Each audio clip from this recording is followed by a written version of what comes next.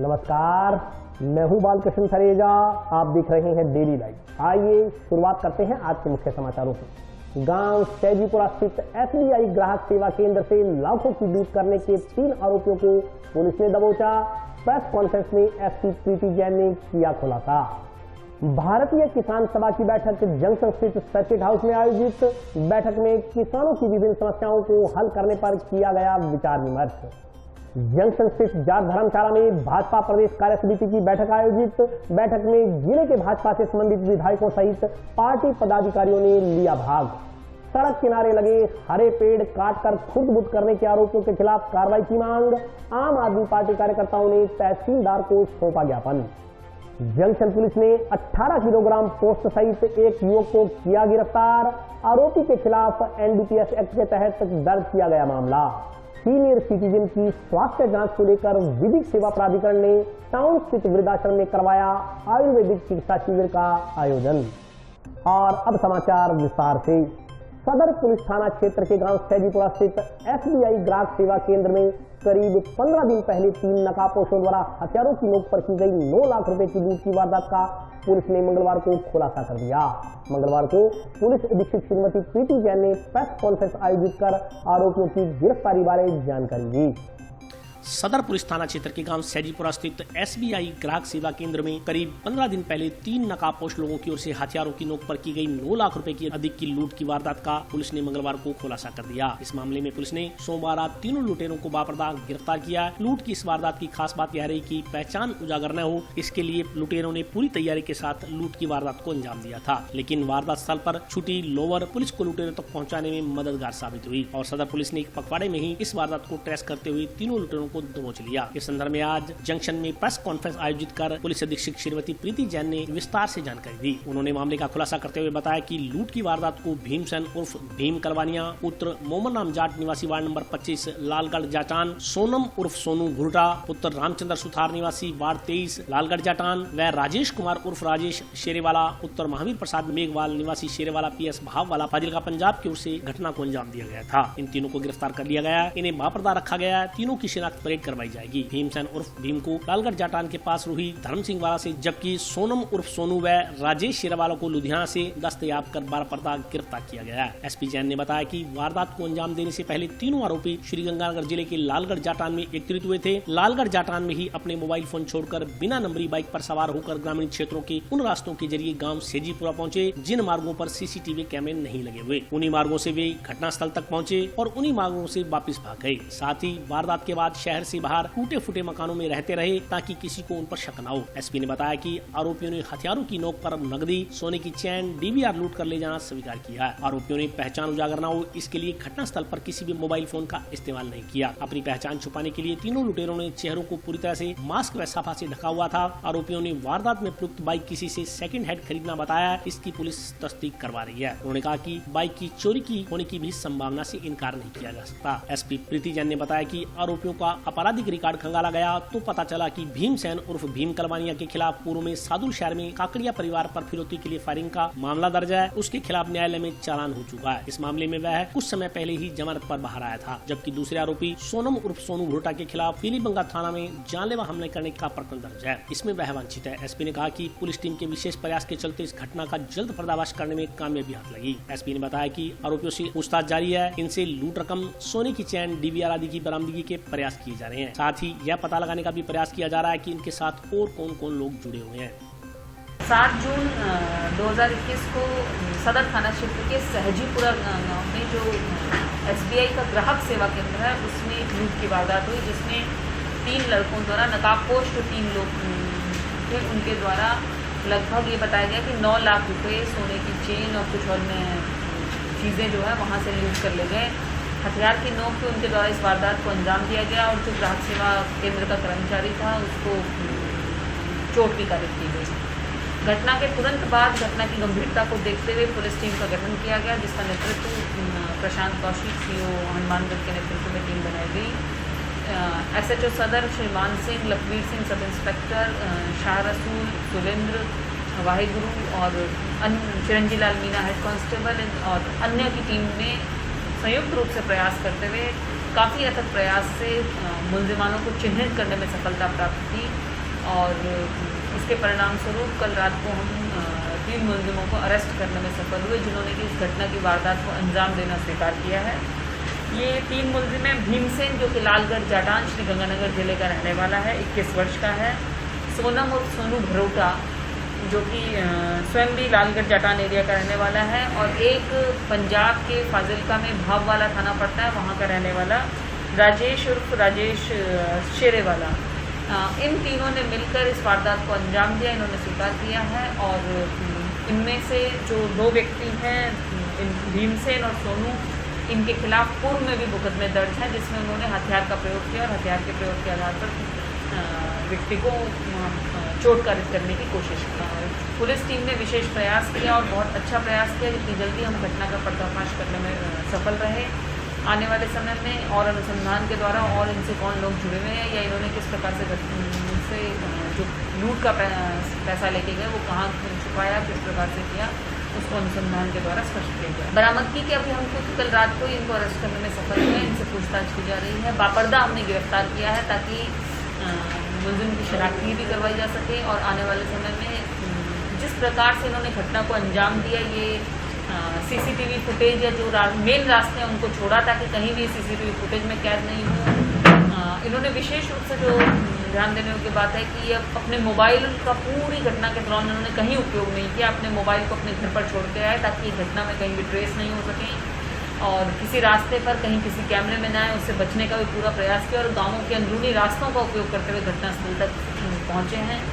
और जो इनको गिरफ्तार किया गया है उसके बाद काफ़ी शहर के बाहरी इलाकों में बहुत ही टूटे फूटे मकान में ये लोगों से अपनी पहचान छुपाने के लिए ऐसी जगहों पर रह रहे हैं ताकि कोई भी इनको पहचान ना सके और इनकी वारदात को कोई ट्रेस नहीं कर सके। भारतीय किसान सभा की एक बैठक जंक्शन स्थित सर्किट हाउस में आयोजित की गई।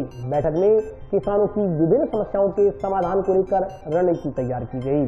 अखिल भारतीय किसान सभा की एक बैठक जंक्शन स्थित सर्किट हाउस में आयोजित की गई। बैठक की अध्यक्षता भादरा के विधायक बलवान पूनिया द्वारा की गई। बैठक में बोलते हुए विधायक बलवान पूनिया ने केंद्र सरकार पर आरोप लगाया कि वह 3 कृषि काले कानूनों के माध्यम से किसानों का दमन करने पर लगी हुई है। उन्होंने कहा कि तीनों ऑर्डिनेंस किसानों के खिलाफ हैं और इसे वापस करवाने की मांग को लेकर किसान लंबे समय से सड़कों पर संघर्ष कर रहे हैं। इसके बावजूद केंद्र सरकार द्वारा किसानों के हित बारे बिल्कुल नहीं सोचा जा रहा। उन्होंने बताया कि बैठक में जिले में संगठन को मजबूत करने के लिए तथा उसके लिए कोष की व्यवस्था करने पर भी विचार विमर्श किया गया। उन्होंने कहा कि बैठक में किसानों की सिंचाई पानी को लेकर के, विद्युत संबंधी समस्याओं को लेकर के तथा किसान आंदोलन को और मजबूत करने के बिंदुओं पर विचार विमर्श किया गया। उन्होंने कहा कि जब तक कृषि कानूनों को वापस नहीं लिया जाता किसान संघर्ष करते रहेंगे। मैं तो आज किसान सभा की बैठक बुलाई है। संगठन जिले में कैसे मजबूत हो, जो किसानों का आंदोलन चल रहा है, किसान आंदोलन चल रहा है, उसके संबंध तो बहुत मजबूती के साथ हिंदुस्तान का किसान लड़ रहा है। तीनों काले कानून आए थे पिछले 20 जून ऑर्डिनेंस के रूप में आए थे, उसे लेकर के आज तक उन तीनों काले कानूनों को लोकसभा और राज्यसभा में पास करवाने के बावजूद भी जिस तरीके से शिथिलता प्रदान की है वो किसानों के आंदोलन की ताकत है।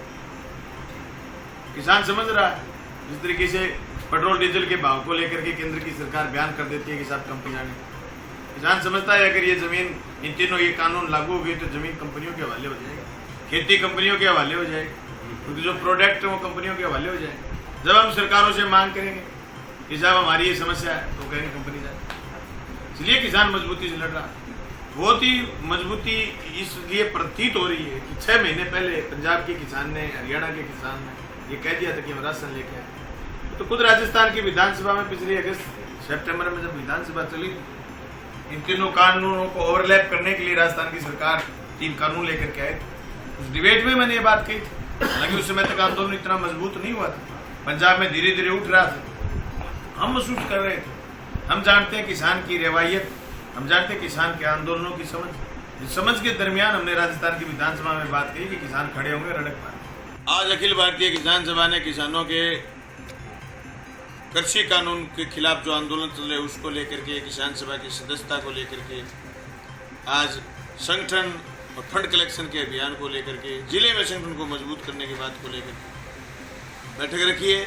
जिसमें ये तय किया जा रहा है कि किस तरीके से जिले के किसानों के बिजली के, पानी के, नहरी पानी के सवाल को गिरानी क्षेत्र को नहरी करने के सवाल को कैसे मजबूती से लड़ा जाए, कैसे देश भर का जो मजबूत किसान आंदोलन चल रहा है उसको और मजबूत करें। इन मुद्दों पर चर्चा करने के लिए आज किसान यहाँ इकट्ठे हुए। कल अखिल भारतीय किसान सभा ने कई संगठनों के साथ मिलकर के पेट्रोल डीजल के बढ़े हुए दाम के खिलाफ भी प्रदर्शन किया है, बिजली के बढ़े हुए दाम के खिलाफ प्रदर्शन किया है। सब मांगों को लेकर के आज बैठक संघर्षों को मजबूत करेंगे, संगठन और संघर्ष दोनों को मजबूत करने की रणनीति। भाजपा प्रदेश कार्य समिति की एक वर्चुअल बैठक जंक्शन स्थित जाट धर्मशाला में आयोजित हुई।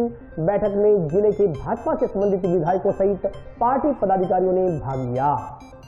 भारतीय जनता पार्टी की प्रदेश कार्य समिति की एक वर्चुअल बैठक मंगलवार को आयोजित की गई। वर्चुअल बैठक में शामिल होने के लिए जिले के भाजपा से संबंधित विधायक व पदाधिकारी जंक्शन स्थित जाट धर्मशाला में पहुंचे। यहां वर्चुअल बैठक के माध्यम से प्रदेश कार्य समिति के पदाधिकारियों से विचार विमर्श किया गया। इस संदर्भ में जानकारी देते हुए भाजपा जिलाध्यक्ष बलबीर बिश्नोई ने बताया कि प्रत्येक 3 माह बाद कार्य समिति की बैठक आयोजित की जाती है। इसी क्रम में मंगलवार को बैठक का आयोजन किया गया। उन्होंने बताया कि पार्टी की ओर से आगामी समय में आयोजित किए जाने वाले कार्यक्रमों पर बैठक में चर्चा की गई। इसके अलावा कोरोना काल में पार्टी तथा प्रदेश के लोगों की सेवा करते हुए काल कल्पित हुए कार्यकर्ताओं को श्रद्धासुमन भी अर्पित किए गए। इसके अलावा देश के यशस्वी प्रधानमंत्री नरेंद्र मोदी ने देश के कल्याण के लिए जो योजनाएं तैयार की, उन योजनाओं को भी जन जन तक पहुंचाने तथा उसकी जानकारी देने का निर्णय लिया गया। बैठक में पीलीबंगा विधायक धर्मेंद्र मोची, भाजपा अनुसूचित प्रकोष्ठ के अध्यक्ष कैलाश मेघवाल, पूर्व सिंचाई मंत्री डॉक्टर राम प्रताप, जुगल किशोर गौड़, पूर्व सभापति अमर सिंह राठौड़ सहित अन्य सदस्य मौजूद रहे। मुझे लगता है कि एक कार्यकर्ता अपने अपनी जगह पर शिक्षक भी और काबिल भी है। पार्टी ने तो अभियान किया जिसकी चर्चा हमारे संगठन मंत्री जी संगठन के सदन में करेंगे, लेकिन भारतीय जनता पार्टी सेवा का काम करती है। राजनीतिक तौर पर आप पूरी मजबूत लड़ाई लड़कर लड़ेंगे और सरकार को आमंत्रण दे रही है कि आने वाले समय में किस तरीके से हम लोग मंडलों में, जिलों में और प्रदेश में बड़े आंदोलन की बुनियाद रखें और इस सरकार को आगे रास्ते पर भागने पर मजबूर करें।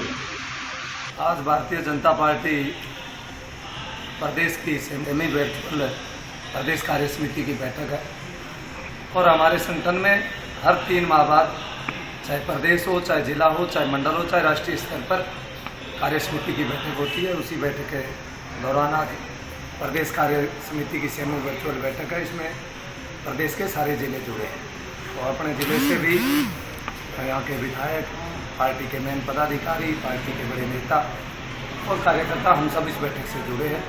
और इस बैठक में जो आगामी कार्यक्रम है उन कार्यक्रमों पर चर्चा हो रही है और जो कोरोना काल में जो कार्यकर्ताओं ने सेवा की या सेवा के दौरान काल कल्पित हो गए उनको भी श्रद्धासुमन अर्पित किया है।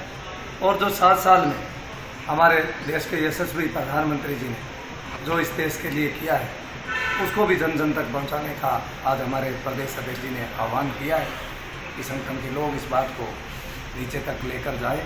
इन सब बातों को लेकर आज ये सेमी वर्चुअल प्रदेश कार्य समिति बैठक है, क्योंकि पिछली बार 3 मार्च को प्रदेश में हुई थी, लेकिन इस वैश्विक महामारी के कारण आज हम सेमी वर्चुअल कर रहे हैं। जो प्रदेश कार्य समिति के सदस्य और पार्टी के मुख्य कार्यकर्ता आज इस बैठक से जुड़े। सड़क किनारे लगे हरे पेड़ काटकर खुद करने के मामले में कार्रवाई करने की मांग को लेकर आम आदमी पार्टी कार्यकर्ताओं व पर्यावरण प्रेमियों ने मंगलवार को जिला कलेक्टर के नाम का एक ज्ञापन तहसीलदार को सौंपा। सड़क किनारे लगे हरे पेड़ काटकर खुर्द-बुर्द करने के मामले में कार्रवाई करने की मांग को लेकर आम आदमी पार्टी कार्यकर्ताओं ने मंगलवार को जिला कलेक्टर के नाम तहसीलदार को ज्ञापन सौंपा। ज्ञापन में कहा गया है कि हनुमानगढ़ टाउन से थालड़का को जाने वाली मुख्य सड़क पर ग्राम मुंडा में बस स्टैंड के पास सार्वजनिक निर्माण विभाग की सड़क के किनारे लगे लगभग 40-50 वर्ष पुराने 15-20 नीम के, बबूल एवं अन्य पेड़ 26 अप्रैल से 28 अप्रैल के बीच कुछ लोगों ने काटकर खुर्द-बुर्द कर दिए। इस संबंध में ग्रामीण लीलू राम उर्फ गोविंद राम की ओर से राजस्थान संपर्क पोर्टल पर शिकायत दर्ज करवाई गई। इस पर जिला प्रशासन की ओर से वन विभाग एवं राजस्व विभाग के जरिए अपने स्तर पर जांच करवाई गई। जांच में पाया गया कि नीम के 15 पेड़ व बबूल के 4 पेड़ काटे गए हैं। ज्ञापन अनुसार इस संबंध में 21 जून को शिकायतकर्ता ने जब तहसीलदार से संपर्क किया तो उन्होंने कहा कि पेड़ तो काटे जा चुके हैं, लेकिन हम क्या कर सकते हैं, हम ज्यादा से ज्यादा इन पेड़ों की सार्वजनिक नीलामी करवा कर पैसा राजकोष में जमा करवा करवा सकते हैं। ज्ञापन में कहा गया कि तहसीलदार के इस कथन का आम आदमी पार्टी पुरजोर विरोध करती है। अगर इसी तरह से अपराध कारित करने वालों के साथ प्रशासन हमदर्दी जताता रहा तो कानून की पालना कौन करवाएगा। उन्होंने कहा कि इस पूरे प्रकरण में एक विशेष बात यह रही कि सार्वजनिक निर्माण विभाग को इस जांच प्रकरण में शामिल नहीं किया गया और न ही विभाग को इसकी सूचना है, जबकि सड़क किनारे लगे पेड़ सार्वजनिक निर्माण विभाग की संपत्ति है। यदि प्रशासन इसी तरह से पक्षपातपूर्ण रवैया अपनाता रहा तो कोई भी आदमी सड़क किनारे, नहर किनारे व सार्वजनिक स्थानों पर लगे पेड़ों को खुर्द-बुर्द करने का दुस्साहस करेगा। इससे न केवल सरकारी संपत्ति को नुकसान होगा बल्कि प्रतिवर्ष करोड़ों रुपए खर्च कर वृक्षारोपण अभियान को चलाने वाले सरकारी परियोजनाओं का क्या उद्देश्य रहेगा। इससे पर्यावरण को भारी क्षति पहुंचेगी और आने वाले समय में कहीं भी पेड़ दिखाई नहीं देंगे। ज्ञापन में मांग की गई है कि इस पूरे प्रकरण की निष्पक्ष जांच करवाकर संबंधित विभाग की ओर से दोषी के खिलाफ संबंधित थाने में FIR दर्ज करवा दोषी के विरुद्ध सख्त से सख्त कार्रवाई की जाए। ज्ञापन देने वालों में सुरेंद्र बेनीवाल, अशोक कुमार, राजेंद्र कुमार, विजेंद्र कुमार, राजकुमार, बाबूलाल, जगदीश सहित अन्य लोग उपस्थित थे। ये था जी जो मामला पेड़ों की कटाई वाला हनुमानगढ़ सड़क पे सड़क के किनारे 20-25 नीम के पेड़, बबूल के पेड़ खड़े थे। उसके पास वाला जो खेत वाला हरी सिंह, मोखवाड़, अन्य आदमी, उन्होंने अवैध रूप से वो पेड़ लॉकडाउन के अंदर लॉकडाउन का फ़ायदा उठाकर अवैध रूप से उन्होंने पेड़ को काट दिए। जब हमने इसकी 29 अप्रैल को पोर्टल पर शिकायत की तो आज तक हमारे पास कोई उसकी सूचना या जवाब नहीं आया। तो हमने तहसीलदार साहब से परिवाद दिया तो उन्होंने बोला कि इसमें हम क्या कर सकते हैं। हमने तहसीलदार साहब को कहा कि आप इसके इन्होंने पेड़ काटे हैं, पर्यावरण को नुकसान पहुंचाया है तो उनके खिलाफ कानून कार्रवाई होनी चाहिए। हनुमानगढ़ टाउन थाना का मार्ग पर गांव मुंडा में सार्वजनिक पेड़ काटने का मामला है।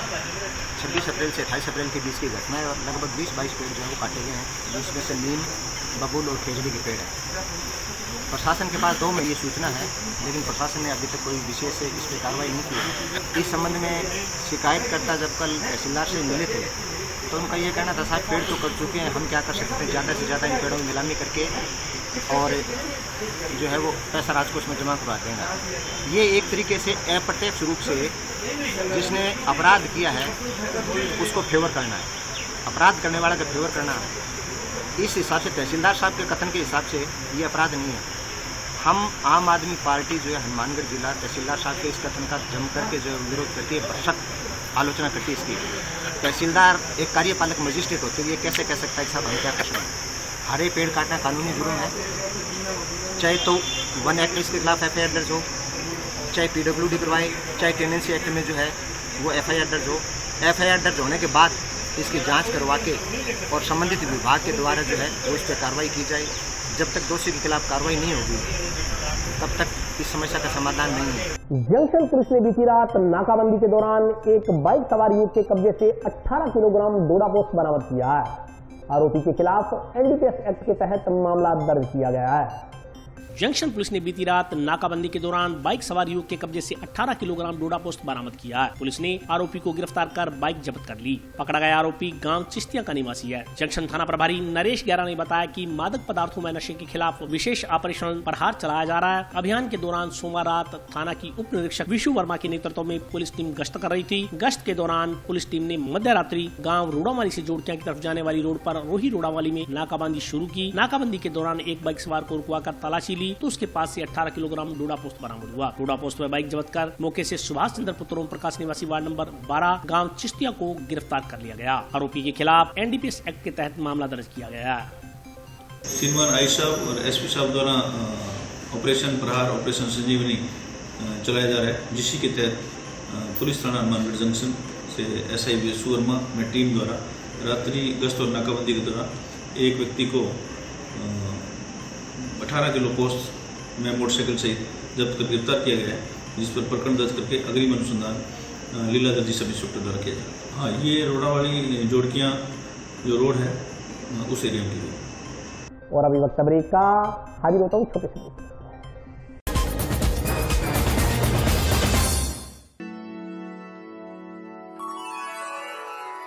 यूं तो कई बार मुझे हंसते देखा है, पर ये हंसी कुछ और है। ये गहना मुझ पर जचता है, पर ये महज एक गहना नहीं, ये रूपरेखा है मेरे मन की, हंसती खिलखिलाती लहरों की, जो आतुर थी अब तक मुझ पर सजने को।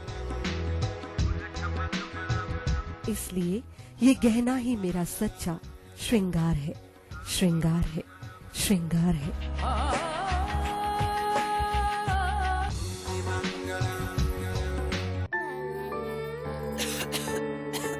दीदी ये देखो,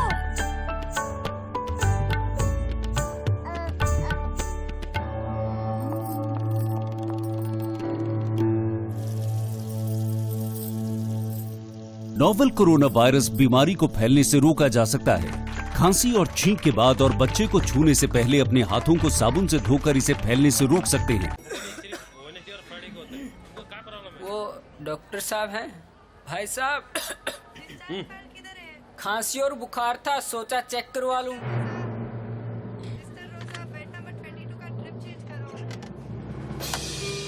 नोवेल कोरोना वायरस बीमारी को फैलने से रोका जा सकता है। बुखार के साथ खांसी और छींक होने पर तुरंत नजदीकी हेल्थ क्लिनिक या केंद्र जाएं। ब्रेक के बाद स्वागत है। आइए नजर डालते हैं अगले समाचारों पर। सीनियर सिटीजन की स्वास्थ्य जांच को लेकर विधिक सेवा प्राधिकरण द्वारा टाउन स्थित वृद्धाश्रम में आयुर्वेद चिकित्सा शिविर का आयोजन किया गया। जिला विधिक सेवा प्राधिकरण हनुमानगढ़ की ओर से टाउन स्थित अपनागर वृद्धाश्रम में जिला विधिक सेवा प्राधिकरण की सचिव संदीप कौर के नेतृत्व में आयुर्वेदिक चिकित्सालय की टीम द्वारा वृद्धजनों के लिए चिकित्सा कैंप का आयोजन किया गया। चिकित्सा कैंप में वृद्धजनों के स्वास्थ्य की जांच की गई। इस मौके पर बोलते हुए सचिव श्रीमती संदीप कौर ने बताया कि किसी भी समाज की पहचान इस बात को लेकर के होती है कि वे अपने वृद्धजनों का ख्याल किस स्तर पे रखते हैं। उन्होंने आम जन से आह्वान किया कि वे परिवारों में अपने वृद्धजनों का सम्मान करें और उनका ख्याल रखें। उन्होंने कहा कि इससे जहाँ परिवार में संस्कार पनपते हैं, वहीं ईश्वर की कृपा दृष्टि भी बनी रहती है। उन्होंने कहा कि आयुर्वेद से कई बीमारियों पर काबू पाया जा सकता है। आयुर्वेद पर भारत में 5000 साल से रिसर्च चल रहा है और इसके बेहतरीन परिणाम देश को मिले हैं। इसलिए आयुर्वेद के जरिए उपचार करवाने को भी महत्व दिया जाना चाहिए। इस मौके पर उन्होंने वृद्ध आश्रम के रखरखाव में जुटे लोगों की तारीफ करते हुए कहा कि असहाय और वृद्धों की सेवा करना असल मायने में परमात्मा की पूजा करने के समान है। इस मौके पर प्राधिकरण की सचिव संदीप कौर के अलावा राजपाल नागपाल, आयुर्वेद चिकित्सक सहित अन्य लोग उपस्थित रहे। मेरा ये मानना है कि हम सब इस जिम्मेदारी से बंधे हुए हैं कि हमारे जो सीनियर सिटीजन हैं, हमारे जो बुजुर्ग हैं, हमारे परिवार के जो बड़े हैं, उन्हें कभी कुछ कहना ही ना पड़े और हम उनकी ज़रूरतों को अपने आप समझ जाएं। जैसे आपने बताया और कल हमने मनाया, कल अंतर्राष्ट्रीय योग दिवस था।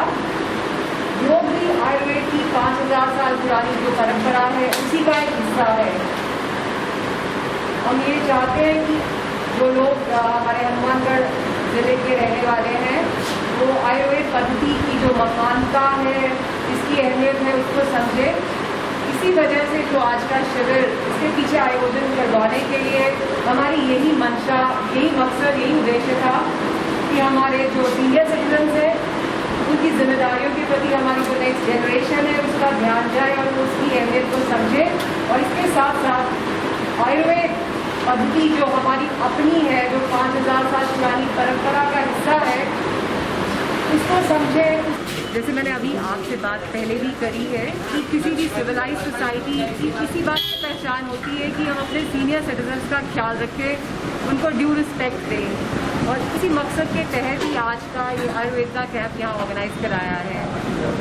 आज के इस कैंप के माध्यम से मैं ऐसा मैसेज भी हमारी नेक्स्ट जनरेशन को देना चाहती हूँ कि हमारे सीनियर सिटीजन या हमारे घर के जो बड़े बुजुर्ग हैं, उनका जब हम ख्याल रखते हैं, उनकी तरफ ध्यान देते हैं, तो एक ऐसी स्टेज आती है जब वो लोग हमें कुछ नहीं कहते और उनकी ज़रूरतों को हम खुद ही समझ लेते हैं और उसे पूरा करने की कोशिश करते हैं।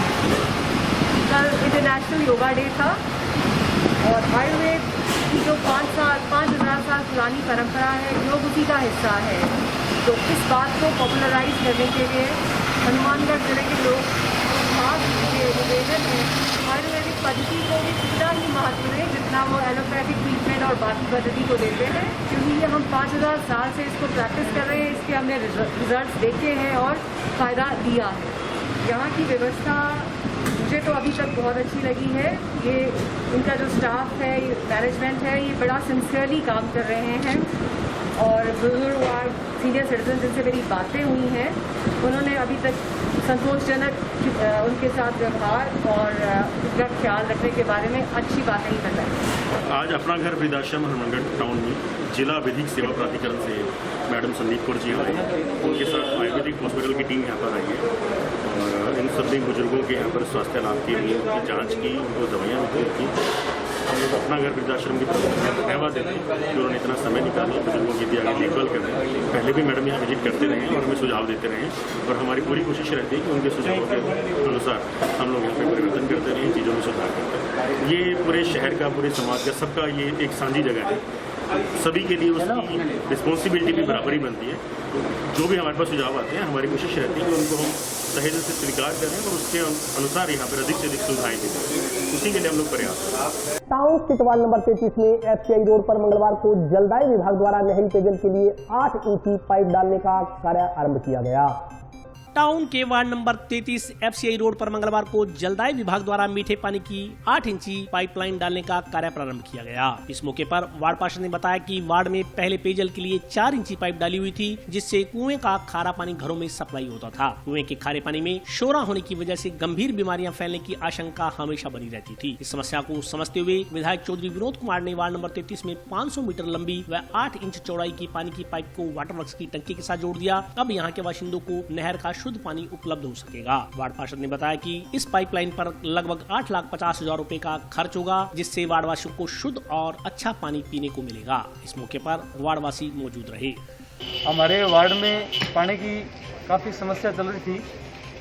वार्ड में जो पानी की मेन पाइप है वो 4 इंची जा रही थी। एफसीआई गोदाम की जो हमारी मेन वाटर वर्क्स की टंकी है उससे 4 इंची सप्लाई जाने की वजह से पूरे वार्ड को प्रॉपर पानी नहीं मिल पा रहा था और जो मिल रहा था उसके अंदर क्या है, एक हमारे वार्ड के अंदर गोविंद सिंह नगर में एक छोटी एक वाटर वर्क्स की जो लगी हुई है उससे खारा पानी आता है, तो मीठा पानी नहीं मिल पा रहा था सभी को और साथ में पूरी पूर्ति नहीं हो पा रही पानी की। तो माननीय विधायक चौधरी विनोद कुमार जी और हमारे माननीय सभापति श्री गणेश राज जी बंसल के आशीर्वाद से आज हमें ये सौगात मिली है। आज जो पाइप हमारे 4 इंच की जा रही थी पानी की पाइप वार्ड में, वो आज 8 इंची नई पाइपलाइन का काम शुरू करवाया गया है। हमारे वार्ड के जो गणमान्य हमारे बुजुर्ग हैं उनके हाथ से आज ये शुभारंभ किया गया है और इससे हमारी पानी की जो सप्लाई जा रही थी वो आज 4 इंच से 8 इंच हो जाएगी, तो पानी दुगना पानी वार्ड में जाएगा और जो हमारे वार्डवासी पानी की समस्या से परेशान है वो सभी को पानी की समस्या से निजात मिलेगी। तो प्रॉपर पानी मिले 8.5 लाख की लागत से ये काम हो रहा है कि 500 मीटर की लंबाई की ये पाइपलाइन डाली जा रही है और मैं बहुत बहुत धन्यवाद देना चाहूँगा विधायक साहब का, जिनके आशीर्वाद से आज ये बहुत ही नेक काम हो रहा है और हमारे सभी वार्डवासियों के सहयोग से सारा काम हो रहा है। निर्जला एकादशी के दूसरे दिन मंगलवार को टाउन स्थित पशु चिकित्सालय के नजदीक राहगीरों के लिए ठंडे मीठे पानी की छबील लगाई गई। निर्जला एकादशी के दूसरे दिन भी विभिन्न स्थानों पर ठंडे मीठे पानी की छबीलें लगाई गई। इसी क्रम में टाउन स्थित चुंगी नंबर 6 के नजदीक राजकीय पशु चिकित्सालय के नजदीक श्रद्धालुओं द्वारा ठंडे मीठे पानी की छबील लगाई गई। इस दौरान आयोजकों ने वहां से गुजर रहे राहगीरों को शीतल पेय पिलाकर पुण्य का काम किया। गढ़ियाघाट से जितनी भी आते हैं दिल्ली का रहता था, वो अगला भंडारे भी लगाते हैं, गणेश महोत्सव भी करते हैं।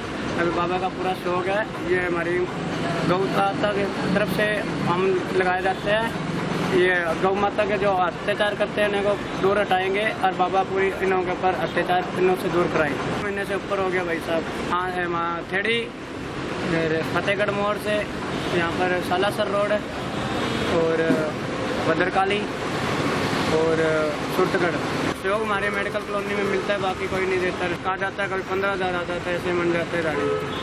और आज के लिए बस इतना ही। कल फिर हाजिर होता हूँ नए समाचारों के साथ, तब तक के लिए नमस्कार।